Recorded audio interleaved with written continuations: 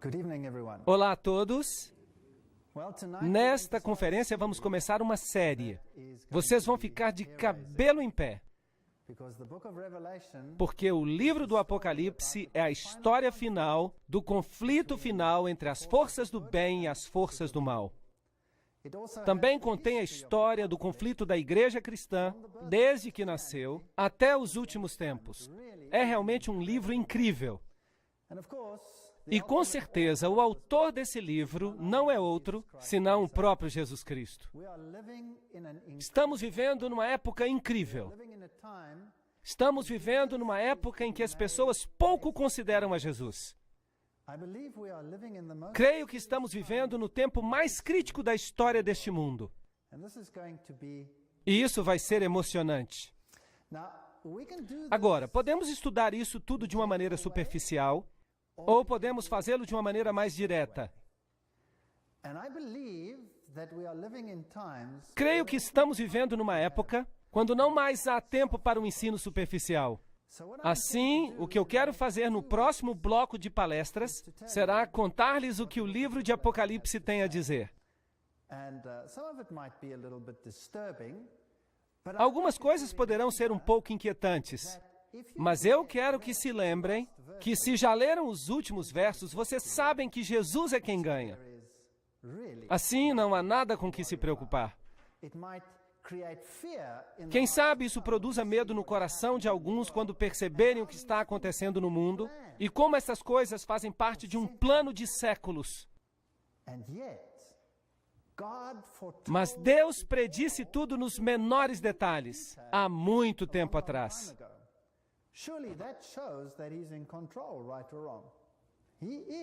Sem dúvida, isso mostra que Ele está no controle.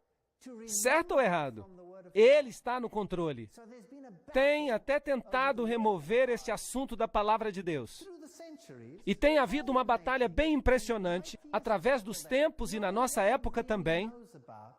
E ninguém realmente sabe, mas estamos olhando para este assunto também e vamos fazer algumas referências acerca deste tema.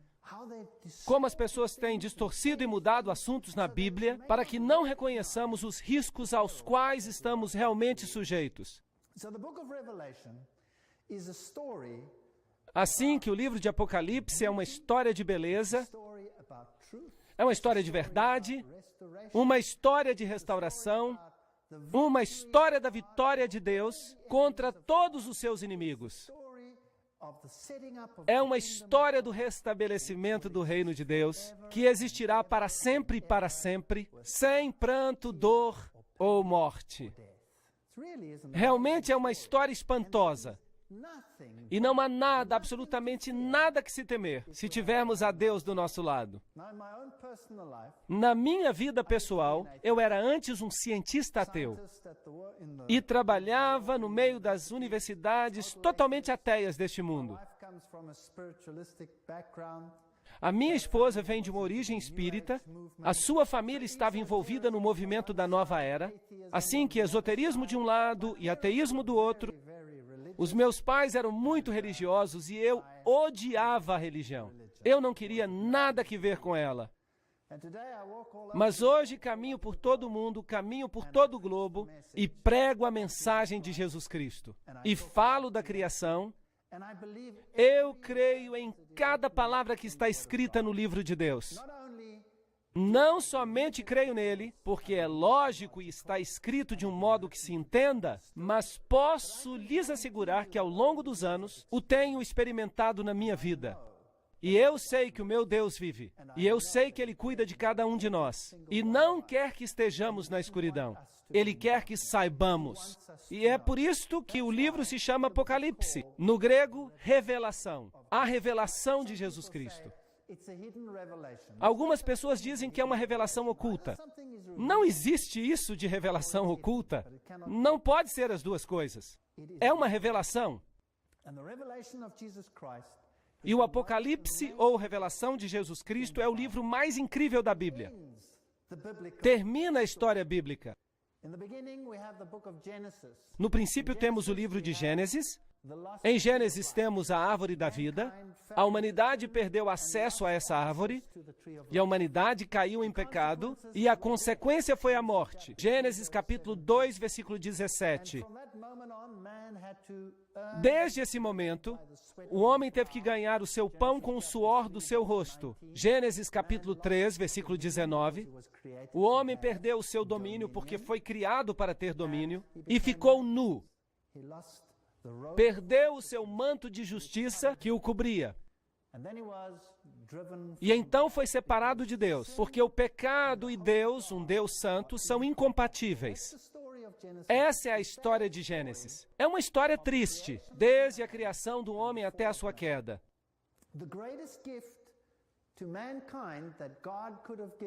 E o melhor presente que Deus pode ter dado à humanidade é a liberdade de escolha. Sem a liberdade de escolha, seríamos robôs. E é por isso que Deus criou o homem à sua imagem, com a capacidade de escolher. E o amor demanda este presente de se ter liberdade de escolha. Sempre uso este exemplo. Para que te serve ter uma esposa ou um esposo que te ama porque está programado para fazê-lo? Talvez possa ser divertido por uma semana, quem sabe um ano, ou 5 anos, mas acabaríamos por nos cansar. Se uma pessoa é programada para te amar e se de manhã cedo ela diz eu te amo porque está programada para fazê-lo. Mas isso não tem valor. Agora, o que aconteceria se tivesse a liberdade de escolha? E apesar de todas as suas falhas e de tudo que você faz que lhe causam uma irritação a cada pessoa ao seu redor, que tal se apesar de tudo isso te dissesse, eu te amo, porque escolhe fazer assim? Não seria muito mais significativo? Sem a liberdade de escolha, a vida não teria significado. Por isso, Deus criou o homem à sua imagem com a capacidade de escolher. Isso é especial. E é por isso que o homem escolheu, e desafortunadamente escolheu de forma errada. O Apocalipse é o livro da graça. Em Apocalipse 2, versículo 7, lemos a respeito da restauração da árvore da vida. Lemos acerca da vitória sobre a morte. Em Apocalipse capítulo 2, versículo 11.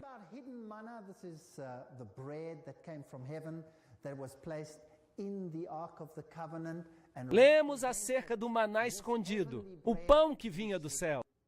E uma amostra estava na Arca da Aliança, uma amostra do pão do céu que tiraria a fome para sempre. Apocalipse, no versículo 17 do capítulo 2, e no verso 26, o domínio será restaurado. Os que aceitam o presente maravilhoso de Deus serão vestidos de branco, assim que a vestimenta perdida da justiça será restaurada. Apocalipse capítulo 3, verso 5. E não haverá mais separação com Deus. Verso 12. Assim que o livro de Apocalipse é um livro de restauração. Mas também contém informação que é espantosa. Para dizer de maneira mais direta, é espantosamente amedrontante. A estrutura do livro, as 7 igrejas, 7 cartas, 7 estrelas, 7 candelabros, 7 espíritos, 7 lâmpadas, 7 selos, 7 trombetas, 7 chifres, 7 olhos, 7 trovões, 7 cabeças, 7 coroas, 7 anjos, 7 taças e 7 montes. Assim que o número 7 é obviamente importante. O número 7 é um número divino, o número da perfeição. É a mensagem de Deus na sua totalidade. Mas há uma falsificação também. E nós vamos falar sobre isso. E obviamente, se olharmos para tudo isso, há um significado simbólico em tudo. Assim que o livro de Apocalipse usa uma linguagem simbólica. E de onde vem essa linguagem simbólica? Vem do Antigo Testamento. Assim que, sem o Antigo Testamento, não poderíamos entender o livro do Apocalipse. Muitos dos símbolos no livro de Apocalipse vêm, por exemplo, de Zacarias, de Ezequiel, todos os profetas do Antigo Testamento, particularmente de Daniel. E muitos dos símbolos que encontramos no livro de Apocalipse, os encontramos no livro de Daniel. Encontraremos terríveis bestas no livro de Apocalipse, e a descrição de bestas como leões, leopardos, ursos e bestas terríveis com 10 chifres. Encontraremos estas também no livro de Daniel. E encontraremos o número 7 no livro de Daniel. Em Daniel, capítulo 7, por exemplo, há bestas ali, e se contarmos as cabeças da besta mencionada em Daniel, capítulo 7, descobriremos que são 7 cabeças. Também encontraremos 7 cabeças no livro de Apocalipse. Por isso, a ilustração vem de lá, e a chave vem desse livro também para o livro do Apocalipse. Infelizmente, não vamos estudar o livro de Daniel para desvendar algumas dessas coisas. Assim que só vamos explicar essas coisas diretamente. Mas há alguns vídeos que estão sendo produzidos, que contêm todos os detalhes, como esses elementos simbólicos no livro de Daniel podem ser aplicados ao livro de Apocalipse. Assim que vamos estudar sobre as igrejas, as cartas, as estrelas, os candelabros. Nesta conferência vamos estudar, por exemplo, sobre as 7 igrejas. E muitos desses componentes começarão a ficar claros. Há uma outra coisa acerca do livro de Apocalipse que é fascinante. Encontramos a linguagem do santuário no livro de Apocalipse. Agora, vocês se lembram que no Antigo Testamento os hebreus tiveram que construir um santuário para Deus. E foi feito muito precisamente como este santuário tinha que parecer, quais eram os componentes. Havia uma parede ao redor, coberta de linho, que representava a justiça. Havia uma porta de entrada ao santuário. Havia um altar no pátio de fora, onde se ofereciam sacrifícios. Havia uma pia onde se lavavam. Também havia um edifício, o qual estava dividido em 2 partes. A primeira parte se chamava Lugar Santo, e a segunda parte, Lugar Santíssimo. E um sumo sacerdote oficiava nesse santuário. E a linguagem do santuário nos fala acerca do ministério do sumo sacerdote. A linguagem do Apocalipse desse ministério do sumo sacerdote se aplica a Jesus, tomaria o lugar de todos esses símbolos descritos no Antigo Testamento. Assim que a linguagem do santuário é muito importante, porque ela nos diz onde e em que etapa do ministério esta história está se desenvolvendo.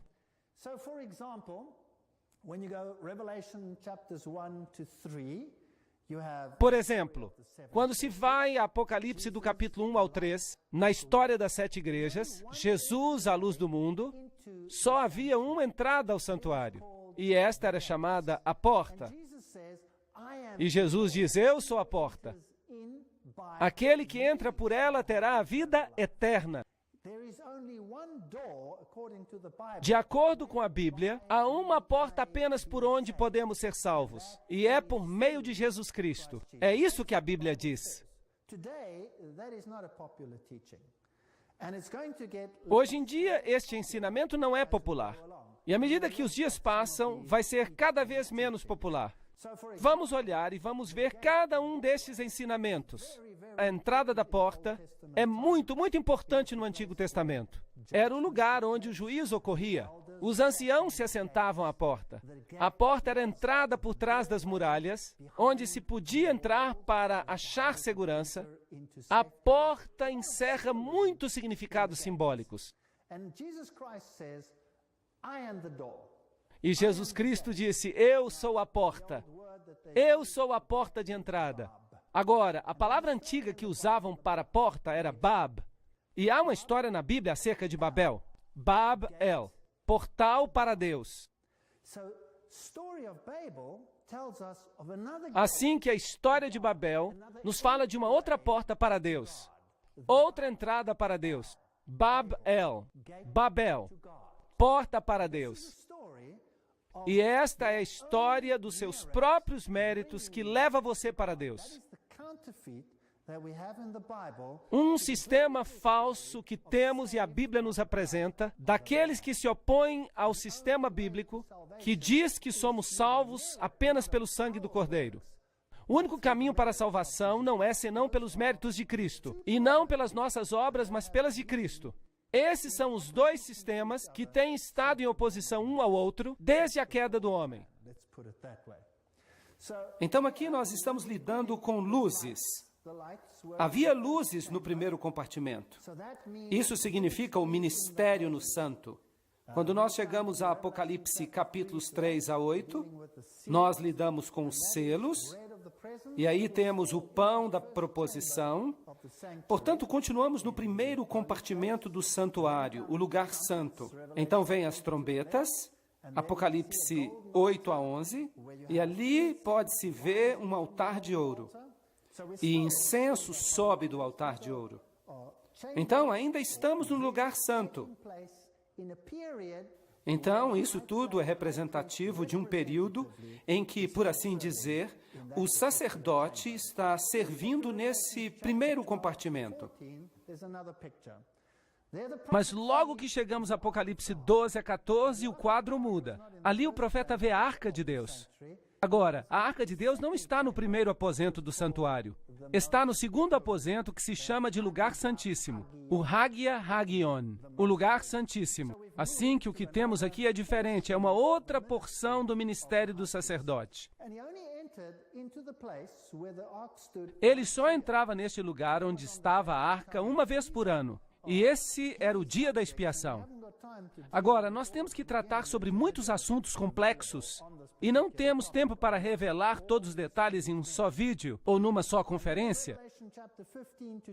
Em Apocalipse 15 a 25, temos o que chamamos de escatologia, os eventos que se referem ao fim, as coisas finais que se passarão no planeta, aquelas coisas que ainda não aconteceram, mas que vão ocorrer. E se estudamos desta maneira, vai ficar bem claro de que período histórico estamos falando. Há 7 bênçãos no livro de Apocalipse. Bem-aventurado aquele que lê, e os que ouvem as palavras desta profecia e guardam as coisas que nela estão escritas, porque o tempo está próximo. Apocalipse 1:3. Obviamente, Deus quer que o leiamos, que o escutemos e que o levemos no coração, porque como podemos guardar algo que não entendemos? Assim que quando olhamos para esta bênção, não é certo que Deus quer que nós entendamos o que o livro de Apocalipse trata? Absolutamente. Assim que há uma bênção no livro. Como é possível que algumas pessoas digam que esse livro está selado para que ninguém o entenda? Bem, então fica sem esta bênção. Outros dizem que é um livro que não deveria ser lido porque foi escrito para os perdidos. Bem, se este livro foi escrito para os perdidos, como pode haver nele uma bênção para o que lê e o guarda no coração? E ouvi uma voz do céu que dizia: escreve, bem-aventurados os mortos que agora morrem no Senhor. Sim, diz o Espírito, para que descansem dos seus trabalhos e que as suas obras o sigam. Apocalipse 14, 13. Aqui também há uma alusão às obras. As obras não são um meio para alcançar a salvação, são uma consequência da salvação. Mas há uma bênção para aqueles que morrem em Cristo, os que aceitaram o Cordeiro como seu meio de salvação, em vez de Babel, que é o outro portal para Deus. Eis que venho como ladrão, bem-aventurado o que vigia e guarda os seus vestidos, para que não ande nu e não se vejam as suas vergonhas. Apocalipse 16, 15. Nós não temos justiça, somente Cristo é a nossa justiça. Assim que temos que nos apegar à justiça de Cristo. E se renunciarmos a essa ideia, e se renunciarmos à esperança de sua vinda para salvar aqueles que são dele, então é provável que andemos nus. Apocalipse 19, 9, e me disse: bem-aventurados aqueles que são chamados às bodas do Cordeiro. Estas são as verdadeiras palavras de Deus. Bem, obviamente há aqui uma bênção. Se você foi convidado à ceia das bodas do Cordeiro, significa que você faz parte da noiva. Abençoado e santo é o que tem parte na primeira ressurreição. Há 2 ressurreições mencionadas na Bíblia. A primeira ressurreição é a ressurreição daqueles que morrem em Cristo e tomam parte na festa das bodas. Mas logo há uma segunda ressurreição. E eles participam de outra forma, em outra festa, que é chamada a festa das aves. E eu acho que nós não vamos querer participar dessa festa. Assim que aqueles que fazem parte da primeira ressurreição serão aqueles que serão sacerdotes com Cristo e reinarão com Ele por 1000 anos. Aqui temos o período do milênio. As 7 bênçãos. Eis que logo venho. Bem-aventurados aqueles que guardam as palavras das profecias deste livro. Apocalipse 22, 7. Eu creio que isto significa mais do que apenas o livro de Apocalipse, mas toda a Bíblia. A Bíblia é o padrão para a formação do caráter. É a história da salvação. E bem-aventurado aquele que guarda os seus mandamentos, para que tenha direito à árvore da vida e possa entrar na cidade pelas portas. Assim que a obediência a Deus é um fator muito importante também. Apocalipse 22, 14. Agora, obviamente, haverá uma oposição contra todos esses fatores.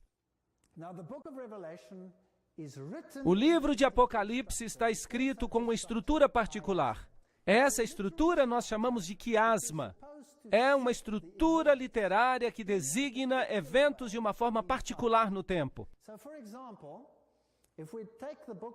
Por exemplo, se tomamos o livro de Apocalipse em sua totalidade, ele está escrito em forma de pirâmide.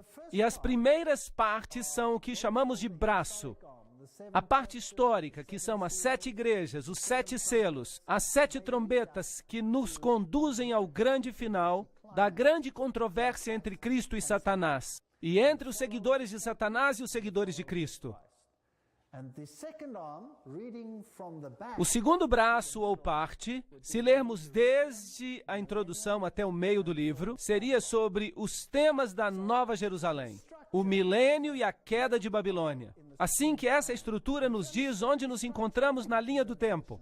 E se você entender a estrutura do livro de Apocalipse, então será mais fácil manejá-lo. Porque há algumas pessoas que gostam de arremessar coisas para todos os lados. Há muitos que tomam as trombetas e as atiram para o futuro. Em outras palavras, para a parte escatológica. E então tomam as trombetas e as aplicam aos eventos que ainda vão acontecer no futuro, quando Deus restaurará todas as coisas. Mas com certeza isso destrói a estrutura, o quiasma. E você não pode destruir o quiasma. Você também pode ver como todos esses sistemas se encaixam observando a linguagem do santuário, utilizada no texto. Por exemplo, quando observamos as igrejas, os selos e as trombetas, a linguagem que se utiliza é ainda sobre o primeiro aposento. Nós vamos tratar desse assunto à medida que nós avancemos. Não temos que entender tudo agora. Assim que a estrutura nos indica onde nos encontramos na linha do tempo, para que não nos adiantemos. Temos que seguir regras. E esta é uma maneira maravilhosa de revelar o livro do Apocalipse.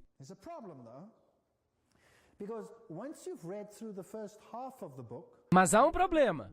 Uma vez que você tenha lido a primeira metade do livro e tenha chegado ao meio do livro, que é basicamente os capítulos 10, 11, 12, 13, 14, 15 até o 17, estes são praticamente os eventos finais da batalha entre o bem e o mal. Uma vez que você começa a ler depois destes capítulos, você vai estar lendo os eventos de forma inversa, porque o quiasma está estruturado assim, e se torna tudo muito confuso. E as coisas, então, estão numa sequência diferente. E o livro de Apocalipse pode não fazer mais sentido, tornando-se complexo. E você não consegue mais colocar os acontecimentos nesta ordem, a não ser nesta ordem particular. Mas se você sabe que a estrutura é um quiasma, então você vai poder ler as palavras como se seguem.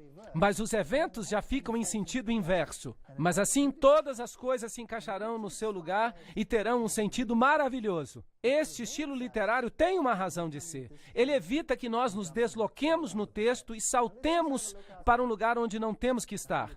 Agora, vamos ver alguns exemplos de interpretação para que você perceba que não se trata apenas de uma conjectura que alguém está fazendo. Por exemplo, se você toma as 7 igrejas, no capítulo 2, no versículo 1, que diz: isso diz aquele que tem as 7 estrelas na sua destra, no meio dos 7 castiçais de ouro. E quando se lê no final do livro de Apocalipse, nós encontramos a Nova Jerusalém no capítulo 21, verso 23. O Cordeiro é a sua lâmpada. Assim que temos uma luz e temos o Cordeiro como sendo o farol. Capítulo 2, verso 7. Ao que vencer, dar-lhe-ei comer da árvore da vida. Capítulo 22, verso 2. Aqui se menciona a árvore da vida. Assim que aqui temos um vislumbre da estrutura quiásmica. Há uma porta aberta em Apocalipse 3, verso 8, e em Apocalipse 21, verso 25, até o final, temos portas que nunca se fecham. Cristo no trono do seu Pai, Apocalipse 3, 21, e 21, 1 e 3, o trono de Deus e o Cordeiro. A Nova Jerusalém é mencionada no capítulo 3, verso 12, e a Nova Jerusalém que desce do céu no capítulo 21 de Apocalipse, verso 10. No capítulo 3, 11, se diz que virá em breve, e no capítulo 22, versículo 7, diz que virá em breve. Você percebe que podemos identificar um quiasma. É uma estrutura que mantém o texto unido. Agora você já sabe, é assim que vamos trabalhar. É assim que vamos avançar. Agora, o interessante é que qualquer coisa que se encaixe na primeira parte do quiasma deve ser antes que se termine o tempo da graça. Porque o sumo sacerdote está ministrando. E isso significa que a salvação está aberta a todos.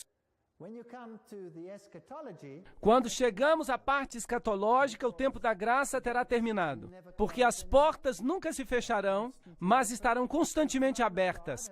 O trono de Deus se tornou o trono de Deus e do Cordeiro. Isso significa que Cristo reina no seu reino. Assim você percebe onde você está na linha do tempo, e assim você não comete erros de colocar as coisas no lugar errado. Por isso a estrutura nos ajuda. Quando chegamos aos 7 selos, e a história começa ali, e novamente os 7 selos falam sobre Cristo e o seu povo afligido. E temos pessoas que ressuscitaram e se sentam no trono. Aqui estão afligidos, ali estão sentados no trono. Então, isso significa que os 7 selos se encaixam na porção histórica de que parte? A porta da graça está aberta e não fechada. Por isso eles ainda estão sendo afligidos. Eles estão aqui na terra, enquanto na segunda parte eles já estão no trono. O seu sofrimento terminou e foram restaurados. Aqui temos o céu aberto. No capítulo 19, 11, temos o céu aberto. No capítulo 6, o que cavalga num cavalo branco. No capítulo 19, o que cavalga num cavalo branco. Capítulo 6, versículo 9. As almas dos que morreram por causa de Deus pedem justiça. E no capítulo 20, as almas dos mártires são ressuscitadas e entronizadas como juízes. No capítulo 6 e 7, se falam de vestiduras brancas. E no capítulo 19, são dadas as vestiduras brancas. No capítulo 6, 15 e 16, escutamos de reis e generais, etc. Pedem para serem mortos. E aqui no capítulo 19, eles são mortos. Outra vez percebemos que a estrutura faz sentido. Então, o livro de Apocalipse contrasta Cristo e o seu povo com Satanás e os seus seguidores. Temos uma trindade de Deus, Pai, Filho e Espírito Santo. E se você olha os seguidores de Satanás, perceberá que há uma falsa trindade. Temos o dragão, a besta e o falso profeta.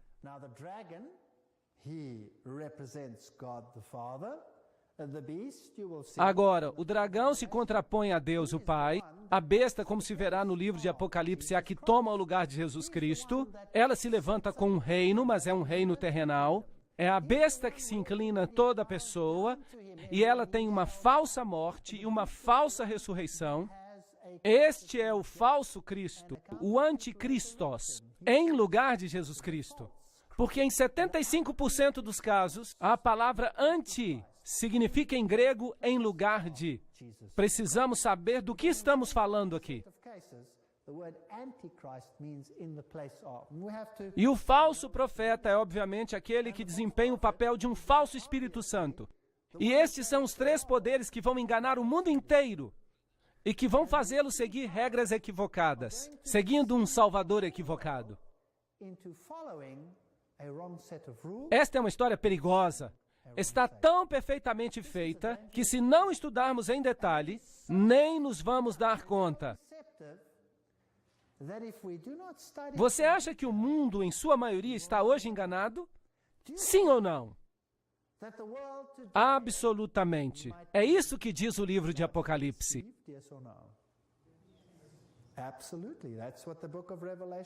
O que foi que Jesus disse quando os discípulos se aproximaram e lhe pediram um sinal de sua vinda e do fim do mundo?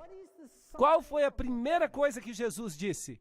Ele disse: acautelai-vos que ninguém vos engane. O engano é o ponto central da história.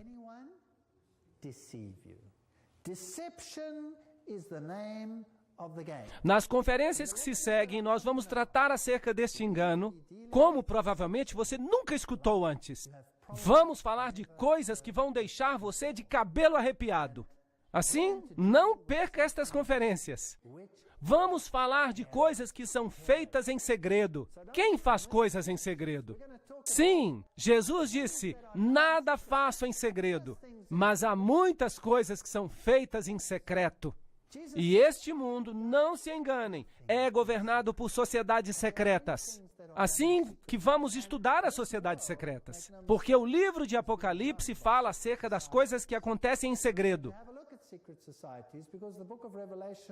Todo o poder ao Filho, em contraposição ao poder à besta. Em contraste, Hebreus 1:8, Apocalipse 6:2. Todo o poder ao Filho. E no sistema falsificado, todo o poder à besta. As chaves da morte e do inferno, as chaves do abismo. Apocalipse 9:1 e 1:18. Aqui temos o contraste entre Cristo e seus seguidores e Satanás e os seus seguidores. Precisamos ser meticulosos para separá-los.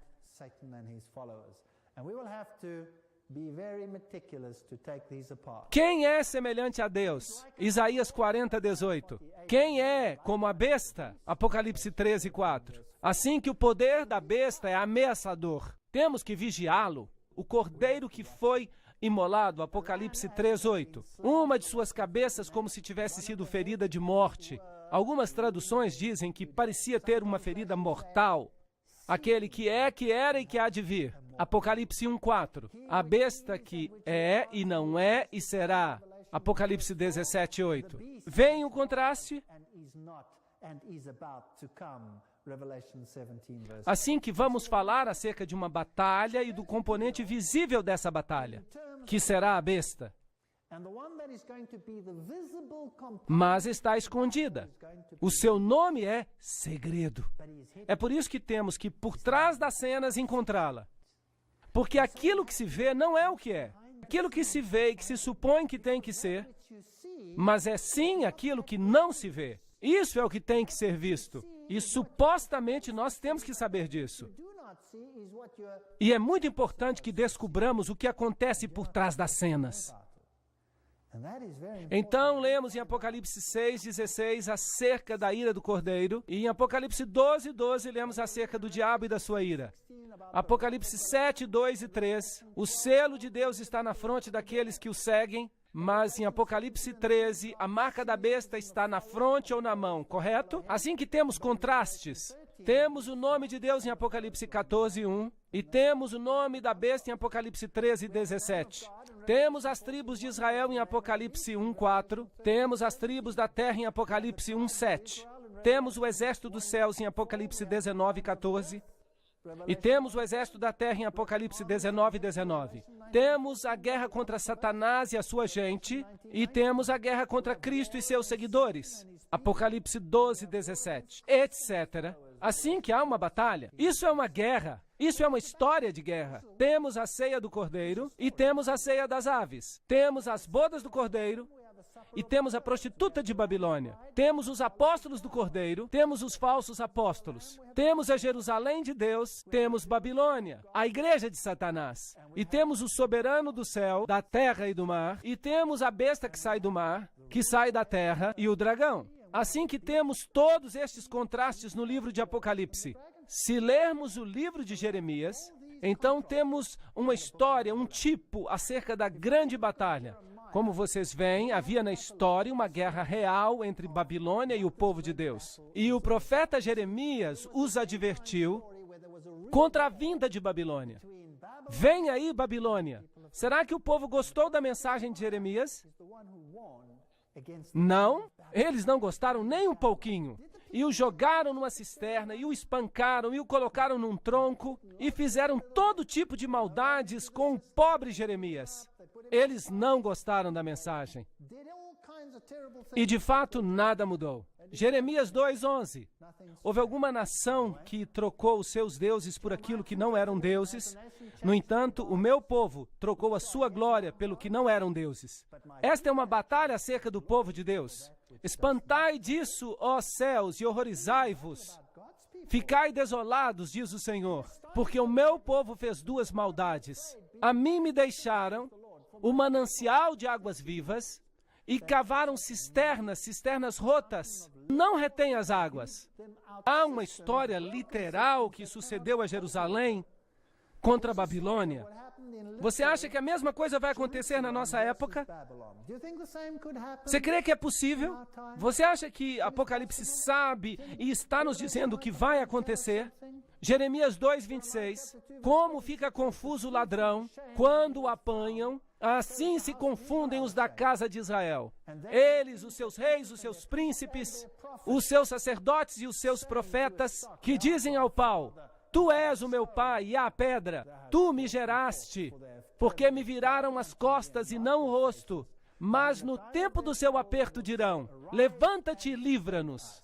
Assim que estão olhando para o leste e estão adorando um Deus diferente. Onde, pois, estão os teus deuses que fizeste para ti, que se levantem se te podem livrar no tempo da tua tribulação? Porque os teus deuses, ó Judá, são tão numerosos como tuas cidades. Eles têm muitos ídolos, sim ou não? Sim, claro. Haverá muitos ídolos nos últimos dias? Eu penso que sim. Deuteronômio 4:28. E ali servireis a deuses que são obras de mãos humanas, de madeira e de pedra, e que não veem, nem ouvem, nem comem, nem cheiram. Daniel 5:23. E te levantaste contra o Senhor dos céus, porque foram trazidos da casa dele perante ti, tu e os teus grandes, e as tuas mulheres e as tuas concubinas, bebeste vinho por eles. Além disso, deste louvores aos deuses de prata e de ouro, e de cobre, de ferro e de madeira, e de pedra, que não veem, não ouvem, nem sabem, mas não ao Deus em cujas mãos está a tua vida e os teus caminhos. O mesmo vai acontecer na nossa época. Antes adoraram aos ídolos, e hoje também adoram aos ídolos.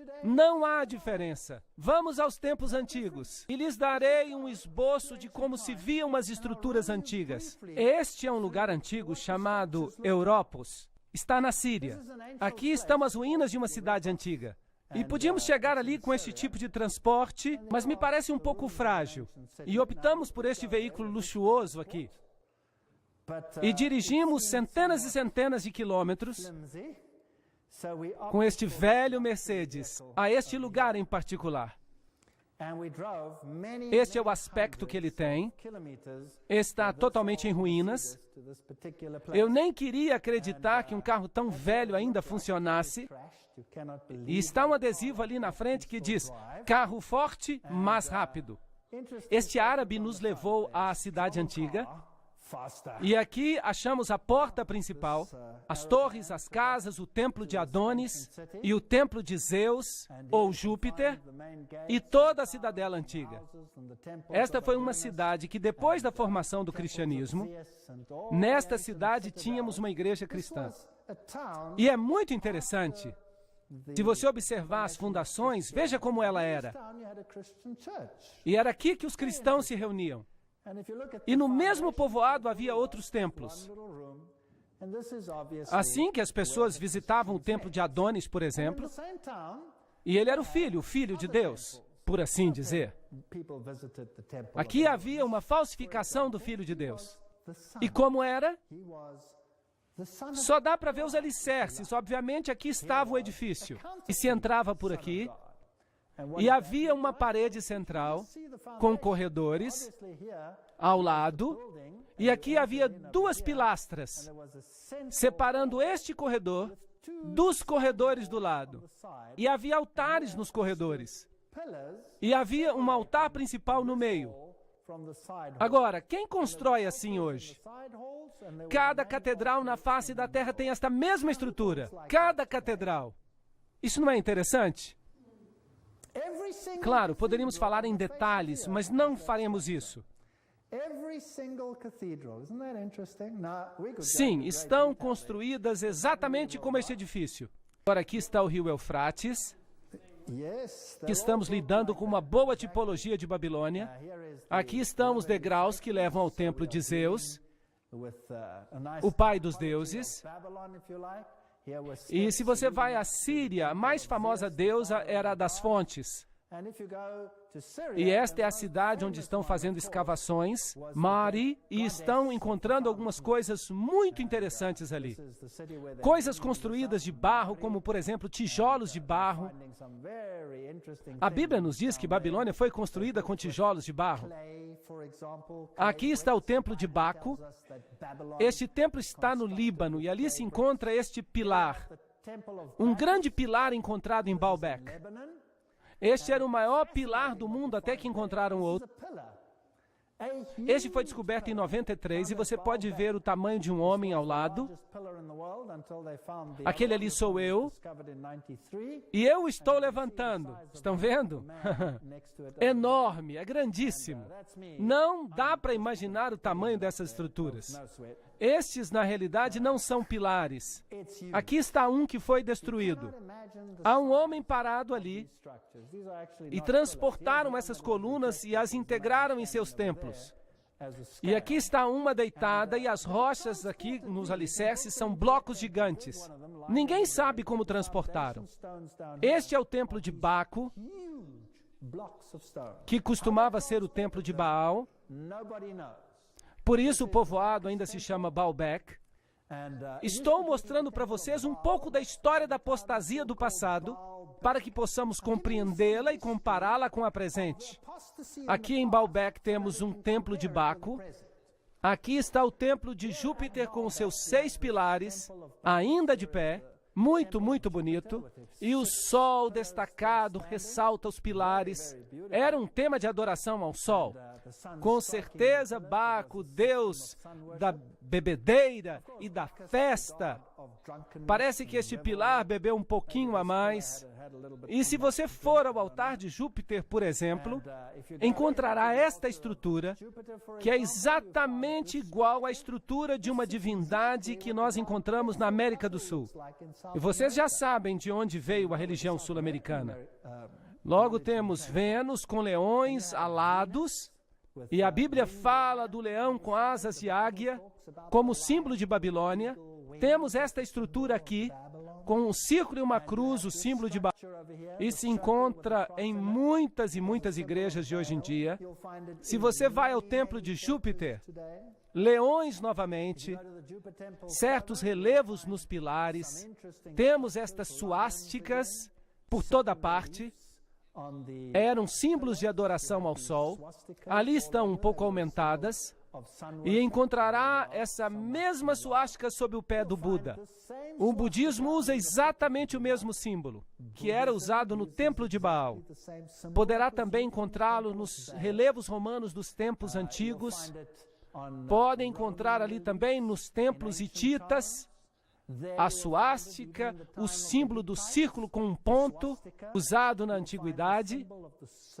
Encontrará altares e pilares de sacrifício, 3 arcos com 3 deuses, normalmente o pai, a mãe e o filho. Aqui temos outro símbolo interessante, que é usado hoje em dia. Corujas e falcões são muito populares, e estruturas interessantes como esta, por exemplo. O que me diriam dessa estrutura? Parece a estrela de Davi, não é mesmo? Agora, a estrela de Davi não tem nada que ver com Davi. Nem você nem eu encontraremos a estrela de Davi na Bíblia. Esta era uma estrela usada no tempo dos hititas. Este é um símbolo de Baal. Você também descobrirá que o islamismo a usa, ali está o nome de Alá. Aí, um diagrama que o hinduísmo usa, e era usado na adoração a Baal. A meia-lua com uma estrela, ou a lua com uma foice, como é usada no Islã, e ali você a encontrará como a usavam entre os hititas. Este símbolo aqui, bem, você o encontrará sendo usado pela OTAN. A OTAN usa hoje em dia. Anjos, porcos, uma mulher com uma mini saia e com uma taça de ouro na sua mão, nos mostram que os templos de Baal, em seu simbolismo, eram semelhantes ao simbolismo que encontramos em Apocalipse e no mundo hoje em dia.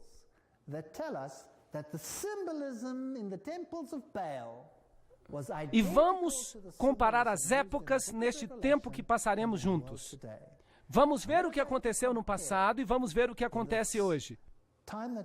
Uma grande apostasia como a que existiu no passado para com Deus e é também encontrada hoje, existe hoje em dia. Cristo está sendo destronado hoje como foi destronado no passado. E é o momento de colocá-lo outra vez no centro, atribuindo-lhe o lugar certo que ele merece.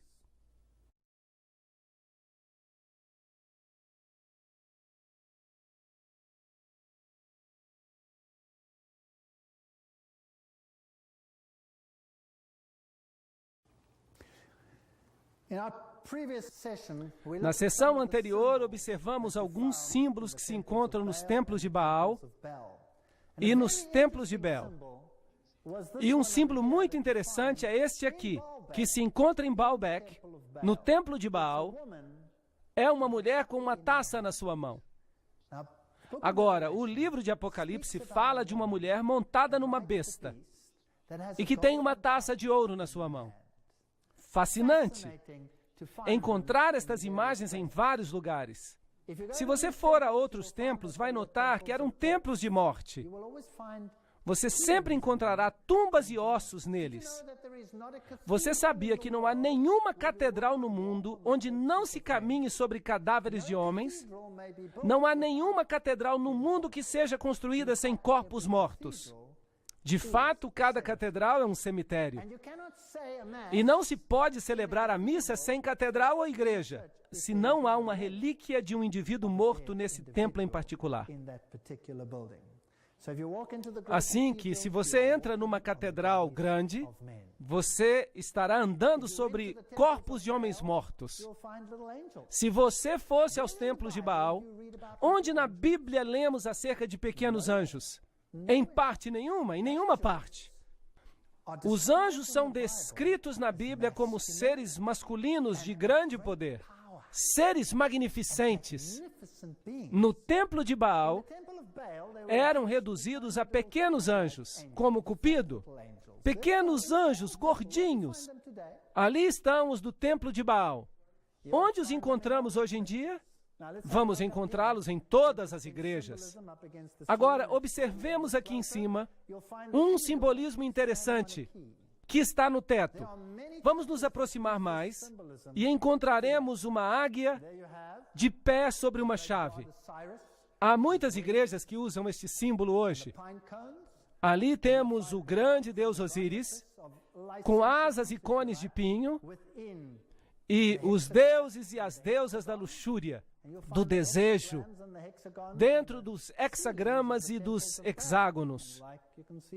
E os hexagramas e os hexágonos ficam no teto do templo de Baal.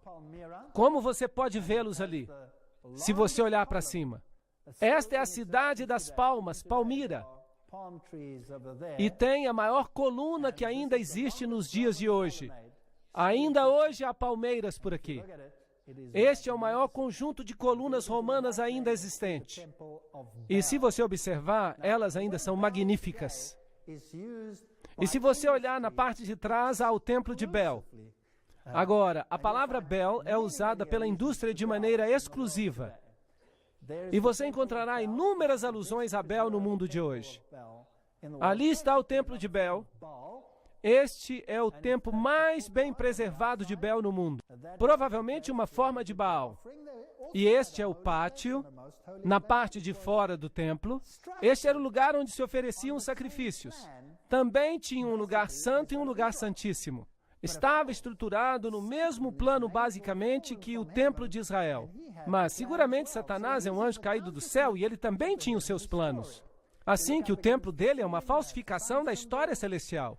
Se você observar acima, no teto, vai ver o simbolismo do sol, e temos as palmeiras, e temos também as divindades representadas com cones de vinho, e temos também as divindades representadas com cones de pinho, e romãs e abacaxis, e você encontrará auréolas ao seu redor. Ao redor das divindades do sol. Outra vez você vai encontrar penas e águias. E uma coisa interessante, coisas muito interessantes nas paredes, das quais nem sequer necessitamos discutir. Esta aqui é muito interessante. É a chama de Lúcifer. Esta é a chama de Baal. Com o que ela se parece? Parece a tocha olímpica. Em realidade, acabaram de acender uma outro dia. E se você observá-la na televisão, ela faz uma oração a quem? A Apolo, ao Deus Sol. Não está morto hoje em dia. Está apenas disfarçado. Seguramente temos as uvas de Baco, temos as flores de lis e os triângulos e as esfinges, com os seus peitorais, representações femininas. Aqui está uma, e anjos com asas entre cones de pinho. E há um triângulo, ao contrário, invertido, com águias dentro. Este simbolismo é usado hoje em dia por todas as entidades políticas do mundo. Assim que temos muitas coisas que perceber no livro de Apocalipse. A águia, em todas as suas formas, é um símbolo de muitas nações. Assim que o livro de Apocalipse vai nos contar acerca deste grande conflito entre o bem e o mal. Este grande conflito entre a idolatria e a adoração ao Deus verdadeiro. Vamos examinar coisas que vão deixar você surpreso. Vamos ver os detalhes que se passam por trás das cenas. Como o mundo de hoje está se movendo para colocar no trono outro poder. E o livro de Apocalipse nos adverte acerca dessas coisas.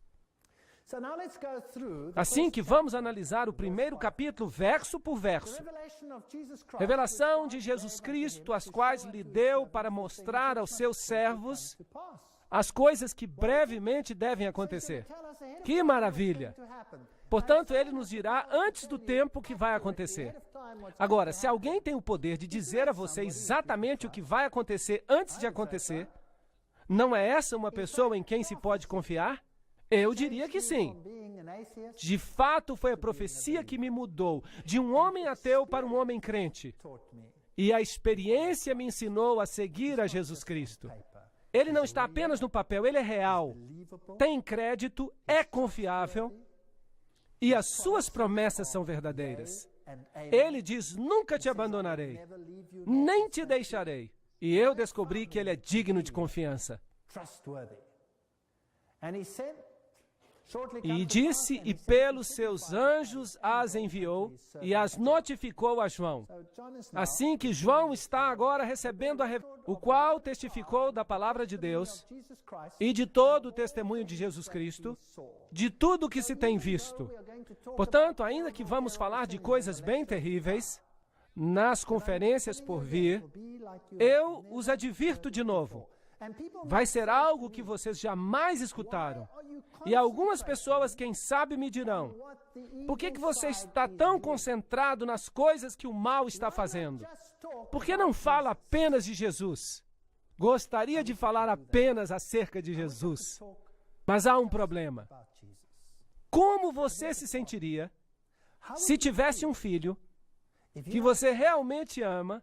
Vamos falar de amor. Digamos que você tem um filho e você realmente ama esse filho. Mas você sabe que seu filho está ocupado fazendo coisas indevidas e que esse filho vai ser destruído se continuar por esse caminho. Como é que você se sentiria? O que você faria? Não serve de nada continuar dizendo ao filho o quanto o amamos, porque este filho está distraído com o que o está absorvendo. Seguramente, se o seu filho está envolvido com drogas, é muito importante mostrar-lhe o quanto o amamos, mas também é importante adverti-lo. Sim ou não? Sim. Então é isso que temos que fazer. Quando nós educamos os nossos filhos assim, o que estamos fazendo? Advertindo dos perigos das drogas. Certo? E se dizemos ao filho que vai acontecer com você isto, será que ele vai ouvir? Não, algo de especial tem que acontecer no coração. Mas essas coisas são importantes para que o filho possa tomar uma decisão final. E o que acontece se você vir o seu filho se unindo a, sei lá, um grupo muito mau, que finalmente o levará à destruição? Você não gostaria de dizer ao filho: aqui estão os erros, os enganos deste grupo ou organização. Sim ou não?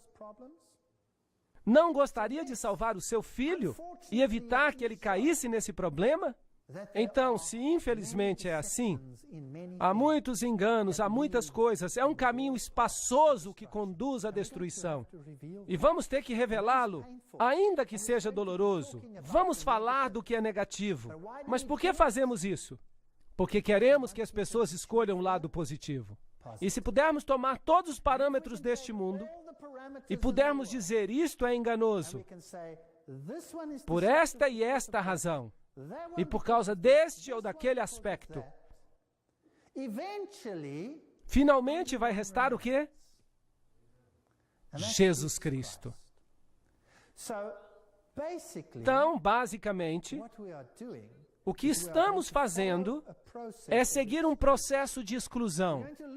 Vamos ver os vários componentes de Babilônia, e então, quem sabe, vamos descobrir, de uma forma ou outra, temos sido enganados. Todos temos sido enganados. Estão mentindo a todos nós. Todos nós que estamos sentados aqui fomos de uma forma ou outra enganados. É um pensamento terrível. Mas ao final a verdade vai se cristalizar. Há apenas um que é digno de confiança. E este é Jesus Cristo. Apenas Ele pode salvar-nos. Eu sou a porta, o caminho, a palavra. Aquele que crê em mim não perecerá. É o que ele diz. Isso é verdade ou é mentira? Se o mundo quer se unir em uma grande família feliz, e se todos nós temos que tolerar cada ensino feito no mundo, será que isso é verdade ou é mentira? Será que isso é verdade ou é verdade misturada com erro? Diga-me você. Assim, temos que saber se todos os caminhos nos levam a Deus ou se só há um caminho para Deus. E temos que decidir baseados nesses fatos. E diz, o qual testificou acerca da palavra de Deus e do testemunho de Jesus, e de tudo que tem visto. A palavra de Deus e as profecias da Bíblia, temos que compreendê-las. Bem-aventurado aquele que lê e ouve as palavras desta profecia e guardam as coisas que nela estão escritas, porque o tempo está próximo. João às igrejas que estão na Ásia. Vamos examinar em detalhes nas nossas conferências. Graça e paz seja convosco, daquele que é e era e há de vir, e dos 7 espíritos que estão diante do seu trono. Agora, obviamente, a Bíblia nos ensina que há apenas um Deus. Pai, Filho e Espírito Santo. Assim que o número 7 é o número da perfeição. Também haverá 7 períodos de tempo. Vamos debater os eventos dos períodos de tempo, divididos em 7. Assim que os 7 espíritos diante de Deus representam um espírito perante Deus, o número perfeito, 7, através de todo o tempo da história. Um espírito.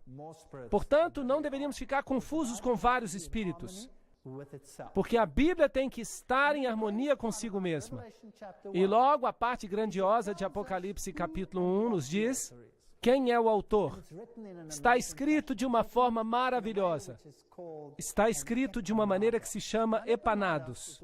Agora, um epanados é como um quiasma, exceto que em vez de descrever os eventos, ele os cita em uma determinada sequência.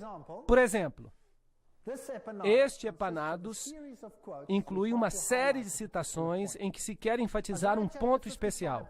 Isaías 55:4 fala acerca da testemunha, é uma referência a Apocalipse 1:5, que é uma citação de Isaías. E se vai até o final desta, há uma outra citação em Apocalipse 1:16. é um verso que também vem de Isaías.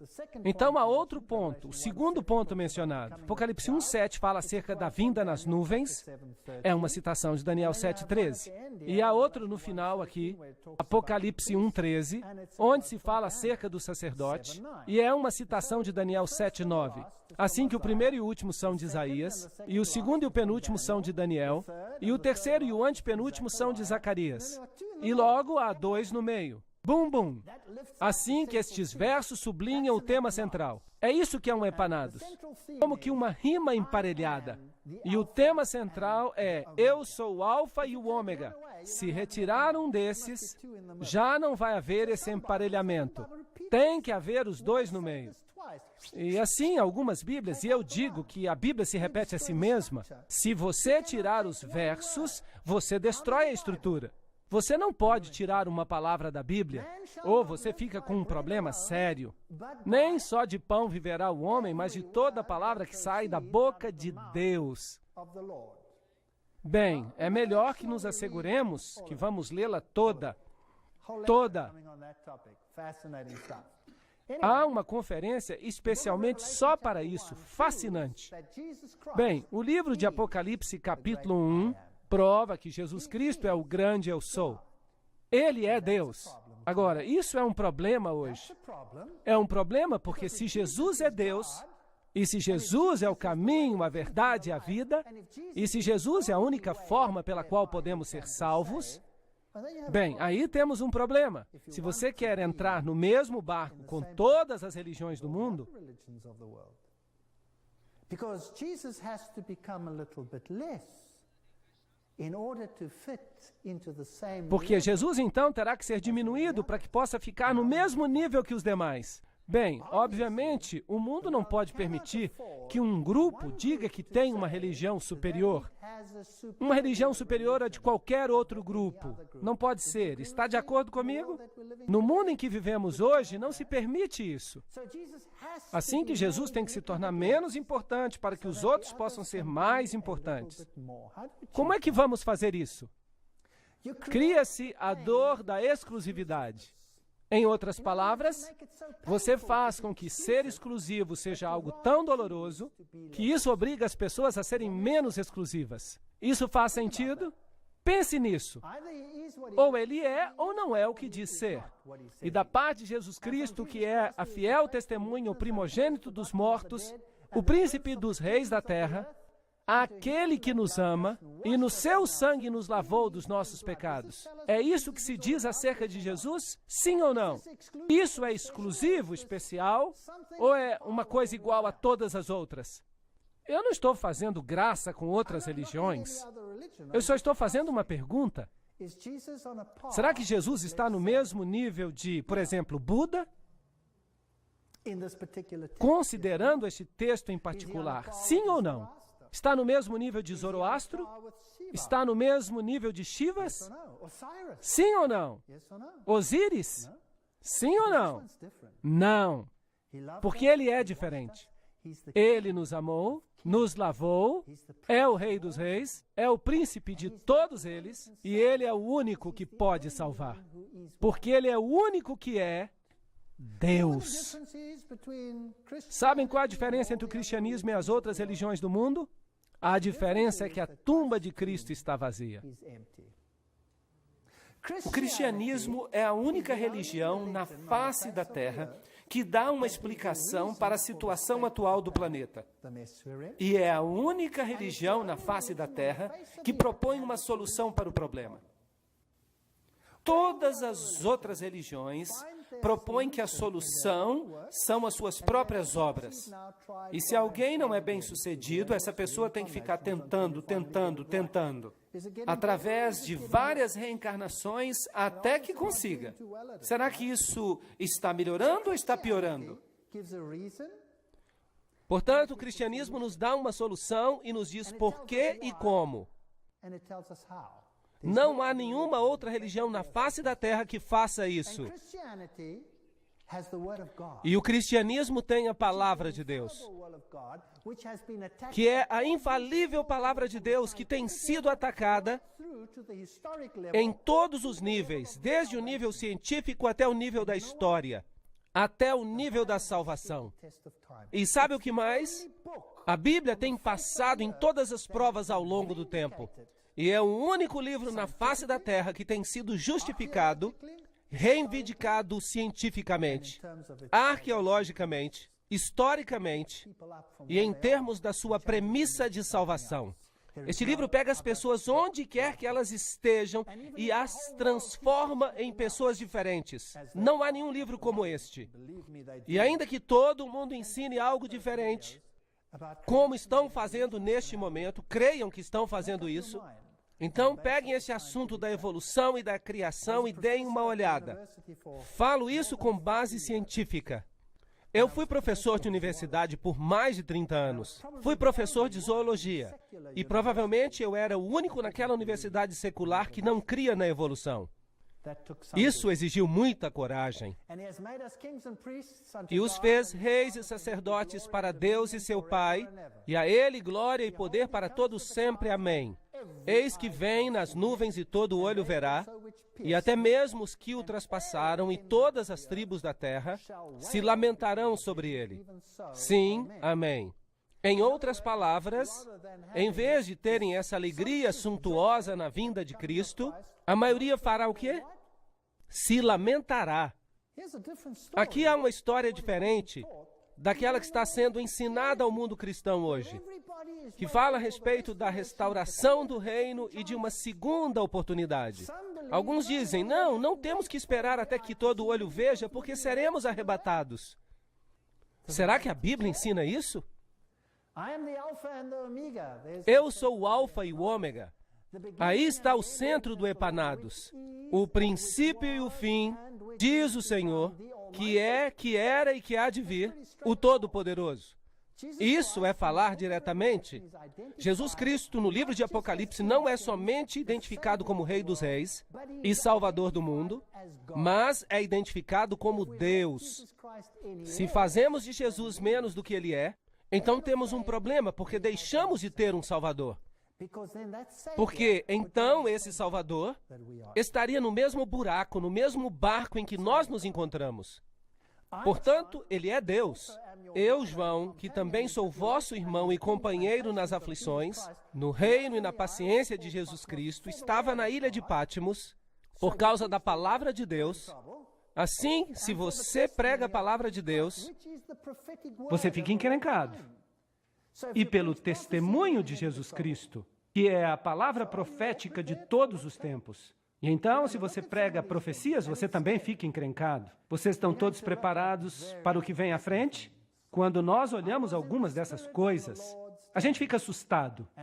Nós vamos olhar algumas coisas muito interessantes. Eu estava em espírito no dia do Senhor e ouvi uma grande voz atrás de mim, como de uma trombeta. Apocalipse 1, 8 a 10. Em que dia estava ele no Espírito? Eu estava no Espírito no dia do Senhor, Apocalipse 1:10. Se guardares o teu pé de profanares o sábado, de buscares o teu próprio prazer no meu dia santo, e chamares o sábado deleitoso, dia santo do Senhor, e honorável, Isaías 58:13, é o único dia que é chamado de dia santo do Senhor. Obviamente, ele estava em espírito, então, no dia do sábado. Mas Marcos 2:28 também fala que o Filho do Homem é Senhor também do sábado. Obviamente, ele recebeu a visão nesse dia, no dia de sábado. E Deus mostrou a ele o que estava prestes a ocorrer em todo o mundo. Dizendo, eu sou o Alfa e o Ômega, o primeiro e o último. E o que tu vês, escreve-o num livro. E envia-o às 7 igrejas que estão na Ásia. E eu não vou falar dos detalhes, porque vou falar deles na próxima palestra. Para Éfeso, Esmirna, Pérgamo, Tiatira, Sardes, Filadélfia, Laodiceia. Cada nome tem um significado especial. Até a localização tem um significado especial. Apocalipse 1:11. Eu me virei para ver a voz que falava comigo, e quando eu me virei, eu vi 7 candelabros de ouro. Onde é que ele está vendo Jesus? Em que compartimento ele vê Jesus? Ele o vê no compartimento santo. Obviamente, nós temos aqui um aspecto temporal. O ministério do sumo sacerdote está ocorrendo no lugar santo, não no lugar santíssimo. Assim que não é o Yom Kippur, o dia do juízo, mas é antes do dia do juízo final. Assim que, historicamente, estamos em um tempo anterior ao fim do tempo da graça. Jesus está ministrando no lugar santo. É ali que João o vê, porque o vê ministrando entre os 7 castiçais. Historicamente, isso é importante.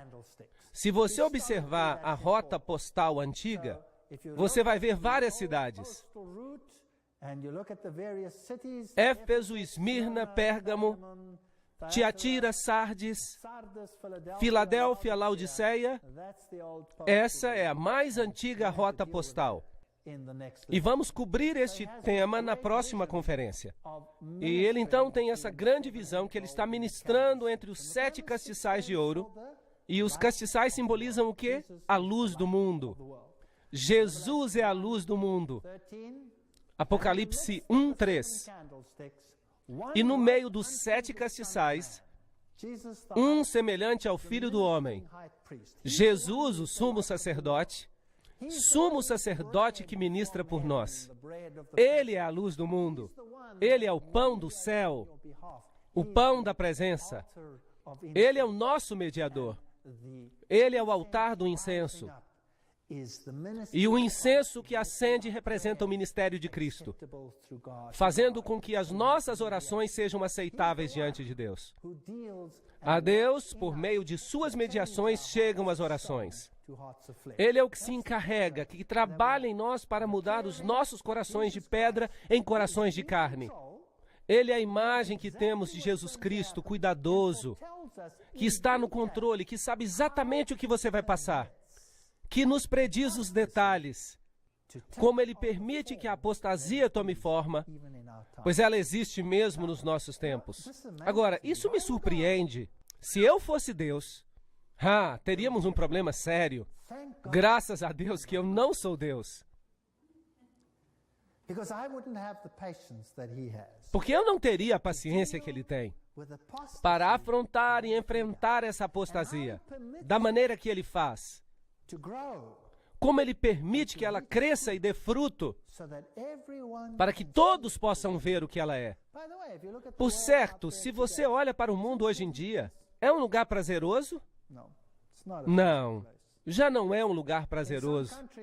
Em alguns países, eu venho da África do Sul, as nossas casas viraram prisões. Há assassinatos à direita e à esquerda, e por todos os lados foram assassinadas. É horrível o que está acontecendo. E ninguém, nem mesmo sabe, se você toma um país como o Zimbábue, que estão sendo expulsos de suas terras, já não há santidade de nada. Estamos vivendo em tempos horríveis. Já não é seguro para uma jovem, já não é seguro para um jovem nesses dias sair para caminhar sozinho. Em que tipo de mundo estamos vivendo? E se você olha as coisas horrendas que se veem no mundo hoje, talvez, quem sabe, você se pergunte, como Deus pode permitir isso? Deus está permitindo que o pecado e a apostasia amadureçam até o ponto em que todos possam ver o que significa escolher contra os caminhos da justiça de Deus em favor dos caminhos dos homens. Esse é um ato de amor. E no meio desse temor e confusão, há um lugar de paz, para onde Ele nos chama, dizendo, vinde a mim, todos os que estáis cansados e oprimidos, e eu vos aliviarei. Então podemos, no meio da confusão, encontrar paz. Podemos escolher caminhar através da vida e olhar para os espinhos e sarças e cardos.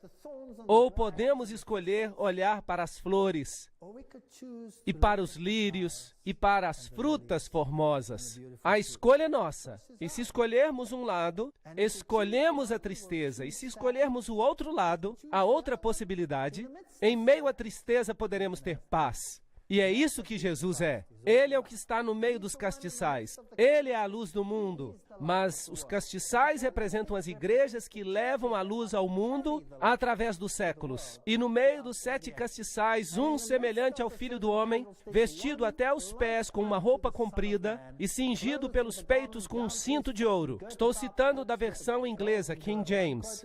Assim que as palavras podem soar um pouco antiquadas, mas pelo menos temos todas as palavras ali. E a sua cabeça e os seus cabelos eram brancos como a lã, como a neve, e os seus olhos como chamas de fogo. Nada lhe escapa, perfeita justiça.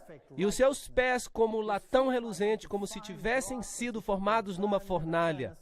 E a sua voz como a voz de muitas águas. Apocalipse 1, 13 e 15. Essa era a voz de Deus. Jesus é descrito como Deus, não como um ser criado.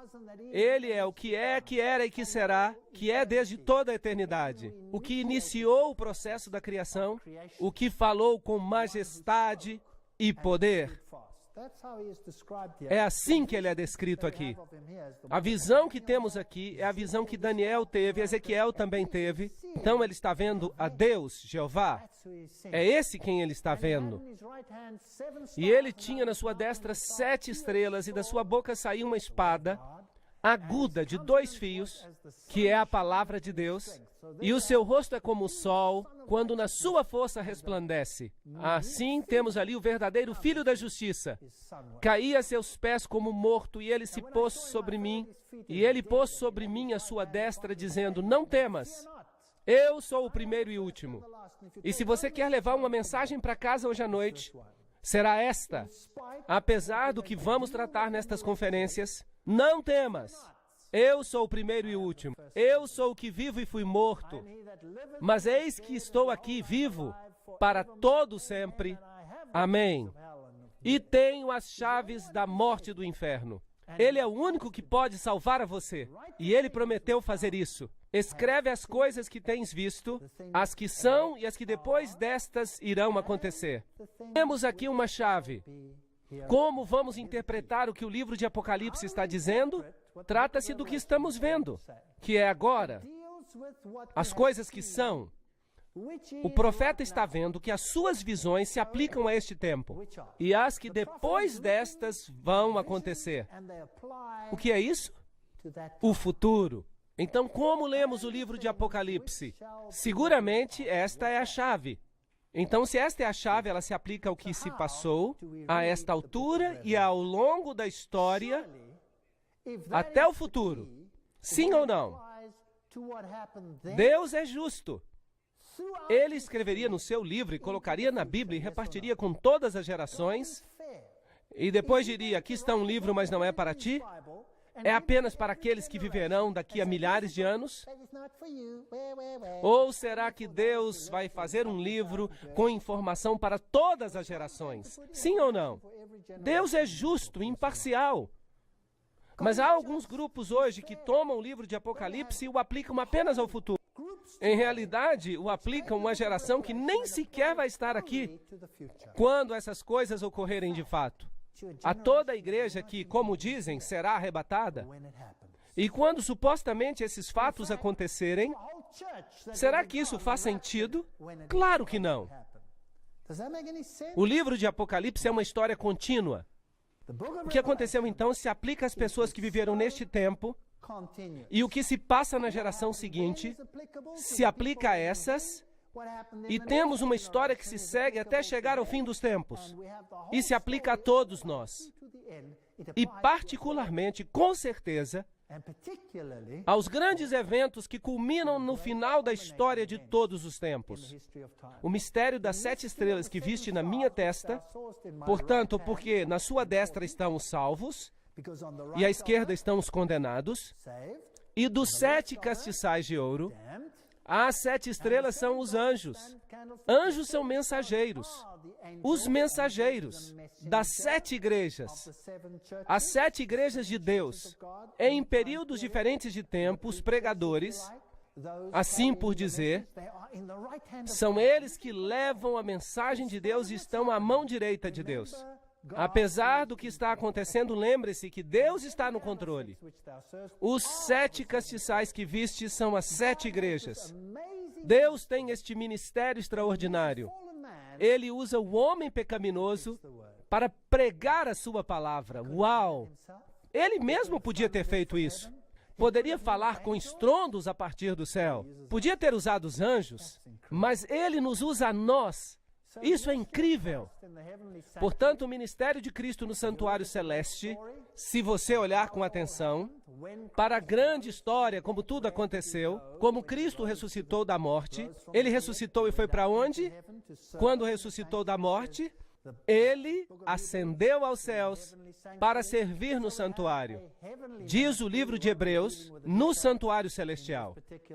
Assim que temos um ministério no santuário celestial, mas não vamos entrar em detalhes nesta conferência, e se estende desde esse período até o tempo do fim. Está dividido nesta linguagem do santuário em que temos todos os símbolos como o castiçal, o pão da vida, da proposição, o altar do incenso no primeiro compartimento e depois o segundo aposento. Então sabemos que estamos numa linha de tempo e não vamos nos perder no livro do Apocalipse. E ele me disse, até 2.300 tardes e manhãs, e o santuário será purificado. Daniel 8,14. Portanto, a profecia vai até um tempo particular da história. Vamos tratar dessa profecia mais tarde. Há uma conferência sobre isso. E a podemos encontrar mais tarde. Mas um pouco mais de informação, em Daniel 8 nos é descrito o progresso de uma profecia espantosa. E veio para perto de onde eu estava, este anjo, e vindo ele, me amedrontei e caí sobre o meu rosto. Mas ele me disse, entende, filho do homem, porque esta visão acontecerá no tempo do fim. Não no fim do tempo, mas no tempo do fim.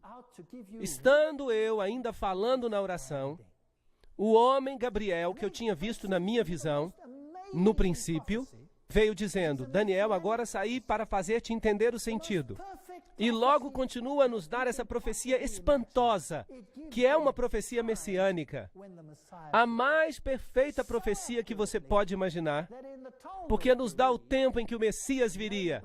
E essa profecia é tão precisa, que no Talmud se lê que os ossos da mão e os ossos do pé, dos dedos, caiam e se decomponham daqueles que se voltarem para as páginas do livro de Daniel, para descobrir o tempo de Daniel 9, 24 e 27. Isso está escrito no Talmud.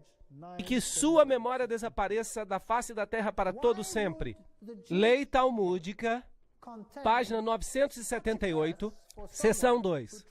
Por que o Talmud judaico contém uma maldição assim? Para alguém que trate de decifrar o período de Daniel 9, 24 a 27. Vou explicar por quê. Porque o texto nos diz exatamente quando virá o Messias. E nos diz exatamente o que o Messias vai fazer. Não estamos estudando essa profecia em detalhes, porque há todo um vídeo sobre isso. Você pode vê-lo. Mas, em realidade, o centro do problema é que isso se aplica a somente um Messias na história da humanidade. E este é Jesus Cristo. Ninguém mais. E se eles aceitassem Daniel 9, 24 a 27, o que aconteceria à religião judaica? Teria que se converter à religião cristã. E desapareceria da face da terra. E isso é algo que eles não querem. Assim que é melhor maldizer aquele que analisa essas páginas. Elas nos dizem quando o decreto sairá, elas nos dizem quando o Messias começaria o seu ministério, e nos dizem quando o Messias morreria. 31 depois de Cristo. E nos dizem quando o Evangelho iria aos gentios. É uma profecia espantosa. É uma profecia de 2.300 anos, que aborda esse tremendo período de tempo, desde o momento quando se publicou o decreto para restaurar Jerusalém, até o tempo do juízo. E há uma data ali, 1844, porque os 2.300 dias proféticos, ao se somar tudo, dão 2.300 anos a partir da lei. E a Bíblia nos diz no livro de Números e no livro de Ezequiel que podemos equivaler um dia a um ano profético. Logo, chegamos a uma data interessante, mas vamos ver sobre isso em outra conferência. É muito complicada para analisarmos tudo agora. E logo, há um tempo que a Bíblia chama de tempo do fim. Estamos vivendo nesse tempo agora mesmo.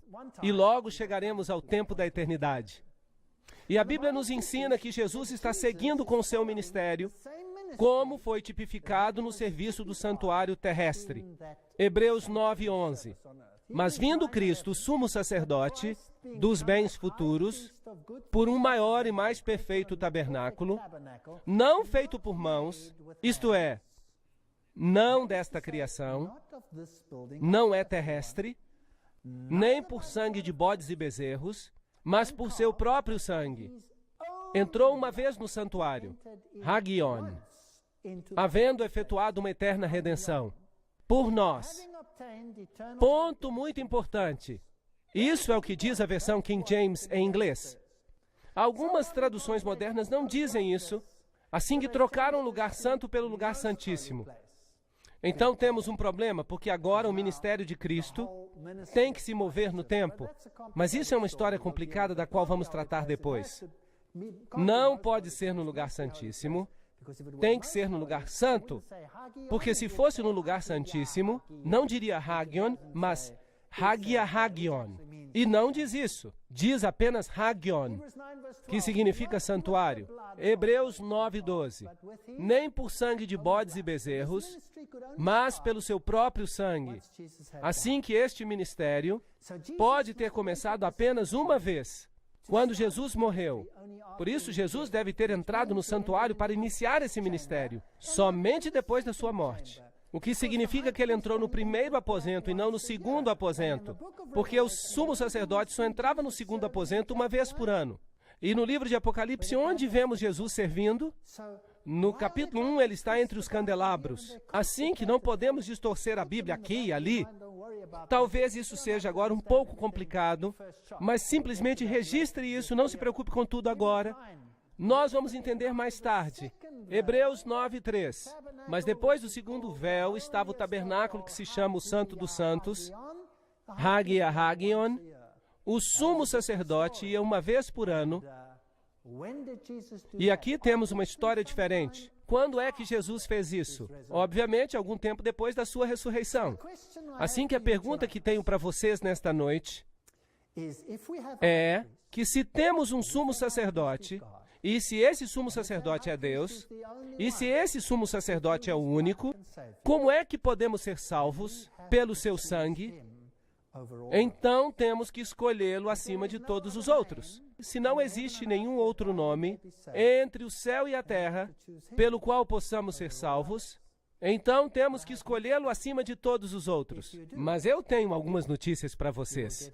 Se vocês o escolherem, vocês vão ter problemas. Mais cedo ou mais tarde, seja no seu círculo imediato de amigos ou num círculo mais amplo. Mas eu e a minha casa decidimos servir ao Senhor, e eu os convido a fazer o mesmo. Obrigado.